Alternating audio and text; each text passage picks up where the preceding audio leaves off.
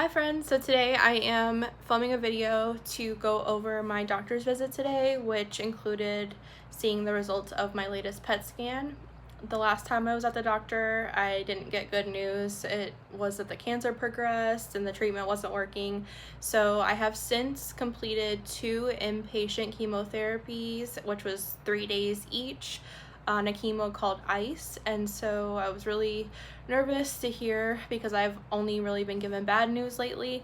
So went in to see the doctor, and when he came in, he had like a not so happy face. that I thought so anyway, and so did my mom. And then when I was kind of looking at him and he asked me how I was, I said I was scared, and he said, well, we'll talk about your scan results. And so he went to go pull them up on the computer, and he told me that everything had gotten so much better than the last scan. A lot of stuff had disappeared. Mostly everything had shrunk, except I do still have one area of cancer in my chest. I was really nervous about that because I know that he told me I have to be in complete response or very close to it in order to go to transplant. So he pulled up my scan, the actual images of the scan, and he showed me on the scan that the area that still has cancer is very, very small, and you can't even see it light up on the actual images of the scan. However, the radiologist can measure it and all of that. So I was nervous because I definitely did not want to do another ICE chemotherapy. I was really, really scared. I just had a bad experience last time, and I just really want to move on and get to the transplant. And thankfully, he said that I was in enough remission in order to go forward, that the next steps, which is more chemo and then the transplant, should knock out this tiny, tiny spot. And he was really happy, and he's a longtime oncologist. He worked at Moffitt, now he works at Mayo, and I'm 100% confident that he would not let me go forward unless he thought it would work. And he said that I have a great chance, and he was happy, smiling, said he was happy to give good news to somebody for once. I'm sure he gives bad news all day. So I'm really excited. I used to be like the most scared of getting a transplant. Like, I still am scared, but I'll tell you, there's nothing scarier than you might not be able to even get it to save your life, because that's how I felt last time when I was told the treatment wasn't working. I kind of just honestly felt like, is anything gonna work? What's gonna happen to me? And so this is a big momentous occasion, especially I have everything scheduled. I had my organs tested as well, and everything is completely normal, which is amazing because I've had 17 rounds of chemotherapy in the past year and a half or so. And so for all my organs to be normal, that is amazing.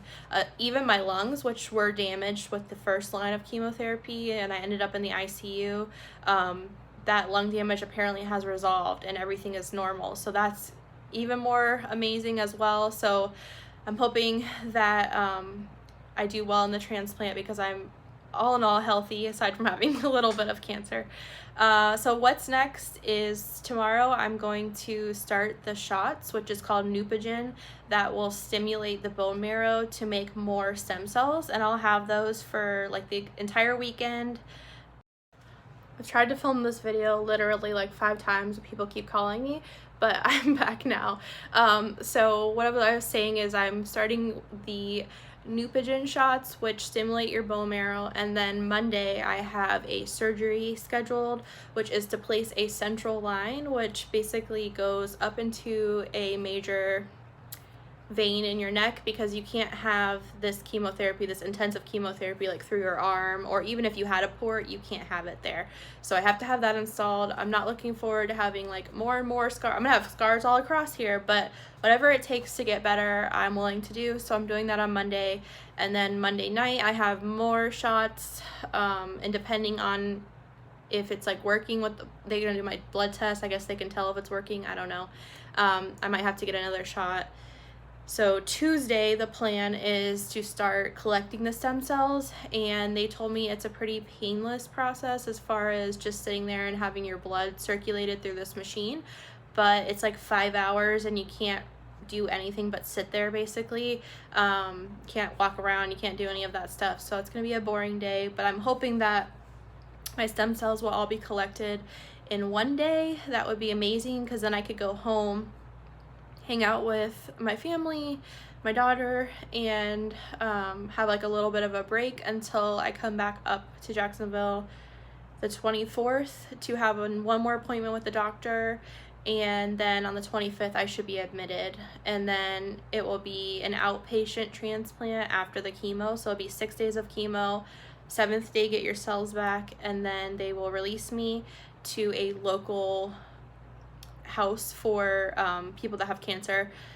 It's free. It's through the American Cancer Society. So I'll be able to go there, and then every single day for about 2 weeks I'll have to come to the hospital every day. So it's like you're in the hospital as far as like them testing everything every day, but you're not actually in the hospital, which would be a lot better for me mentally. The only thing that could throw that off is the coronavirus. Hopefully it doesn't do anything like that, but at the end of the day, the most important thing is that I can get this transplant. Post-transplant, like I said, 2 weeks going up every single day, then another 2 weeks of staying in the area because I'll have to do frequent visits, and then I think after a month and some, I'll be able to go home, and I'll pretty much be in the house for a few months at least, like going out sparingly into crowds, as far as like go to the grocery store on off hours, because I'll basically have no immune system. The stem cell transplant is so strong that it even wipes out your vaccines that you had as a child. So I've already started taking like antivirals, antibiotics 3 times a week, and I have to be on those things for about a year after, and then at the year or 6 months to a year I can start getting some more vaccines, the same ones I had as a kid, so joy, more needles. It's a very interesting process, and I'm very grateful I live at this time where this science is available to me. And then also I will be getting some sort of maintenance treatment for probably another 6 months. They usually use the drug that I had that didn't work on me, but since it didn't do anything, it made my cancer worse. Then I won't be getting that. I'll be getting a different one, and I think hopefully my insurance doesn't do like anything to prevent that. I think my doctor has to basically make a case as to why I need this one versus the other one, because it's not technically FDA approved for maintenance after a transplant, but obviously there's no point in me getting the other one.